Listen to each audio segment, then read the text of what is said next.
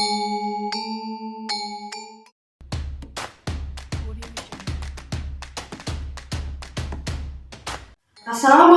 warahmatullahi wabarakatuh.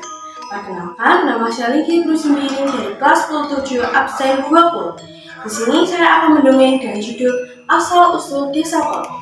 Selamat mendengarkan. Pada zaman dahulu, sekitar tahun 1928, ada sebuah desa yang asri, aman dan damai. Di desa itu, penduduknya saling menolong dan hidup berdampingan tanpa ada perselisihan. Setiap ada perselisihan, mereka selalu mengadakan musyawarah dan menyelesaikan permasalahan tersebut. Mereka memiliki pemikiran dewasa sehingga jarang terjadi perselisihan. Mereka juga mengadakan kerja bakti 1 minggu sekali guna menjaga kebersihan dan keindahan desa. Desa ini dinamakan Desa Kolong. Ada sebuah kisah yang menyebabkan desa ini dinamakan Desa Kolong. Kisah itu cukup unik dan menarik untuk didengar. Bosan sekali aku hidup diam diri di rumah. Lebih baik aku keliling desa. Siapa tahu aku menemukan hal yang menarik. Sepertinya aku terlalu lama berdiam diri di rumah. Sampai-sampai tak tahu jika desa ini enak dipandang jika petang hari. Warna jingga di langit membuat desa ini tampak menenang. Kira-kira hal menarik apa yang akan aku temukan? Kisah asal-usul Desa Kolong terjadi adalah pada suatu hari saat matahari akan terbenam. Ada seorang anak yang asik berjalan seorang diri sambil berkeliling di sekitar desa. Dia sangat bosan hanya berdiam diri tanpa melakukan aktivitas apapun di rumah, sehingga ia memutuskan untuk berkeliling desa sambil mencari sesuatu hal yang menarik perhatiannya. Ya, itulah yang dipikirkan sang anak. Saat sebelum terdengar suara sesuatu jatuh di dekat pohon. Di tengah perjalanan, rintik hujan membasahi gunung. Sang anak yang menyadari itu pun langsung mencari tempat berteduh. Tanpa sengaja, mata mungil itu menangkap sebuah pohon yang tumbuh besar dan menjulang tinggi. Merasa pohon itu dapat melindungi tubuh kecilnya, langsung saja sang anak berlari dan berteduh di dalam naungan pohon itu. Waktu berlalu, rintik hujan pun semakin berdebu.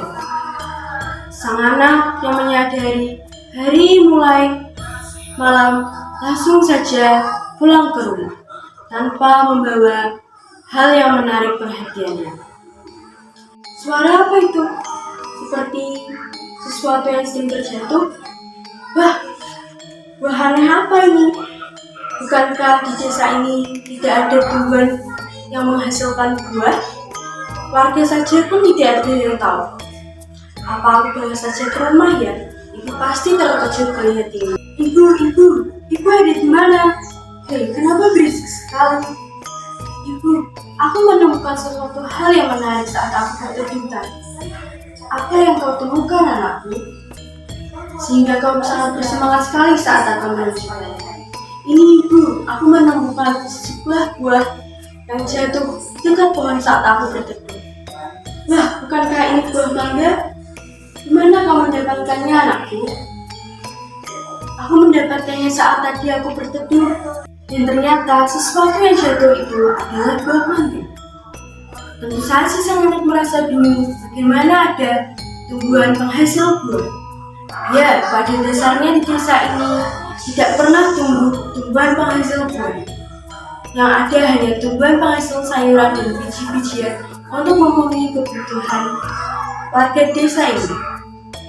Setelah menemukan hal menarik saat berteduh tadi, sang anak pun berlari dengan semangat untuk memberitahukan hasil temuannya kepada sang ibu. Nama buah ini buah mangga. Rasanya manis sekali ketika sudah matang. Ibu pernah merasakannya. Ibu masih mendengar hal itu. Benarkah ibu? Jika begitu, aku ingin mencobanya. Setelah memberitahukan hasil temuannya itu pada sang ibu, sang anak pun tergiur untuk mencoba buah mangga itu. Sang ibu pun menghidangkan buah mangga yang sudah dibersihkan dan dipotong-potong pada anaknya. Sang anak pun terkejut ketika merasakan buah mangga itu yang begitu manis dan lembut dagingnya. Terlebih, ini adalah kali pertama sang anak mencoba memakan buah setelah bertahun-tahun dia memakan sayuran dan biji-bijian yang diolah untuk makan sehari-hari. Sang ibu pun yang melihat anaknya begitu terkejut saat makan buah, tak kuasa menahan senyuman. Akhirnya anaknya bisa merasakan memakan buah, karena ia pun tak mampu jika harus membeli buah yang harganya mahal, dan jarak membelinya pun terlalu jauh. Ditemani senja yang sudah mulai menghilang dengan munculnya sinar rembulan dan bintang yang bersinar di gelapnya malam, sepasang ibu dan anak itu pun menghabiskan waktunya untuk makan bersama. Kabar perihal seorang anaknya menemukan buah mangga saat berteduh pun tersebar ke seluruh warga desa. Warga desa yang mendengar itu pun tak akan menyia-nyiakan kesempatan untuk bisa merasakan rasanya buah tanpa harus membeli mahal-mahal. Langsung saja mereka berbondong-bondong ke tempat pohon mangga tersebut untuk mencoba rasa buah mangga. Karena banyaknya warga yang datang ke tempat pohon itu menyebabkan terjadinya desak-desakan dan adanya warga yang berselisih hanya untuk mendapatkan buah mangga secara percuma tanpa mengeluarkan uang sepeser pun. Menyadari hal itu, salah seorang warga yang biasa dipanggil dengan nama Mbah Sutomejo pun menghentikan kegiatan warga desa yang sedang berselisih tersebut. Mendengar suara Mbah Sutomejo pun, warga desa langsung berhenti, tentu saja karena beliau memiliki sifat kepemimpinan dan kewibawaan dalam menyelesaikan permasalahan di desa. Warga desa pun langsung berhenti dan menghentikan aktivitas mereka yang sedang berebut tersebut. Tentu saja mereka langsung berhenti dan berdiam diri. Bagaimanapun Mbah Sutomejo adalah orang yang disegani di seluruh desa, bahkan desa tetangga. Tentu saja karena sifatnya, bahkan beliau menjadi jembatan interaksi antara warga desa dengan desa tetangga. Sudah hentikan. Kenapa kalian harus berdesak-desakan, bahkan sampai berselisih hanya untuk sebuah buah? Tentu saja kami tidak akan menyia-nyiakan kesempatan untuk bisa merasakan buah tanpa harus mengeluarkan uang. Betul itu, Mbah. Bukankah Mbah sendiri juga mengetahui hal itu? Aku tahu hal itu. Tapi sekalipun seperti itu, tidak seharusnya kalian berselisih. Maafkan kami, Mbah. Kami terlalu senang sehingga tidak bisa mengendalikan diri sendiri. Baiklah, aku maafkan. Tapi izinkanlah aku untuk membagi buah mangga ini secara adil untuk kalian makan di rumah. Setelah itu, Mbah Sutomejo pun membagikan buah mangga tersebut pada seluruh warga. Dan kebetulan sekali jumlah buah mangga tersebut sangat banyak dan jumlah warga desa pun tidak terlalu banyak jumlahnya.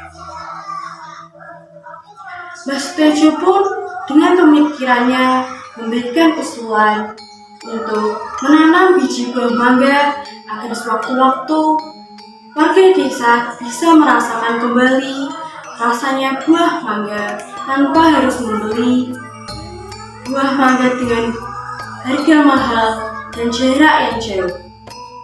Mendengar usulan itu, warga pun sepakat untuk menanam biji buah mangga bersama agar bisa menghasilkan pohon mangga di sekeliling desa. Beberapa saat berlalu, warga desa pun melakukan usulan diberikan oleh Mbah Sutomejo, yaitu dengan menanam biji buah mangga di pekarangan rumah.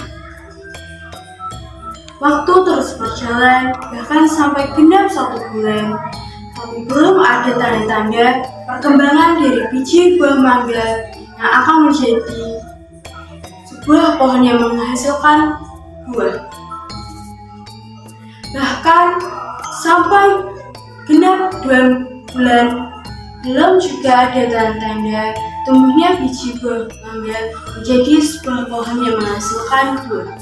Bahkan akhir-akhir ini tidak ada hujan turun membasahi bumi. Bahkan warga desa pun kesulitan untuk mencari air untuk merawat biji buah mangga tersebut.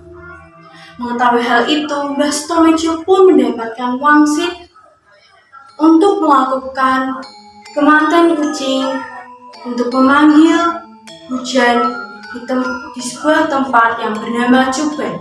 Cuban merupakan sebuah tempat yang indah karena memiliki sumber air. Saat itu juga langsung turun. Semenjak itu, sampai sekarang warga desa pun tetap melakukan tradisi tersebut saat kemarau datang. Setelah hujan turun, warga desa pun harus menunggu 1 tahun lebih. Setelah 1 tahun lebih berlalu, akhirnya penantian warga desa pun berakhir. Setelah sekian lama menunggu, akhirnya mereka bisa menyaksikan, melihat biji buah mangga tersebut tumbuh menjadi pohon dan menghasilkan buah yang manis. Warga desa pun merasa senang. Bahkan kabar ini pun sudah tersebar ke warga desa tetangga. Karena kejadian tersebut, desa ini pun mendapat julukan Desa Pelangi oleh warga desa tetangga. Mendengar hal itu, warga desa pun sepakat untuk memberikan nama desa ini dengan nama Desa Pelangi dan mengangkat Mbah Sutomejo sebagai kepala desa. Itulah kisah asal-usul Desa Pelangi. Sekian dari saya, terima kasih. Wassalamualaikum warahmatullahi wabarakatuh.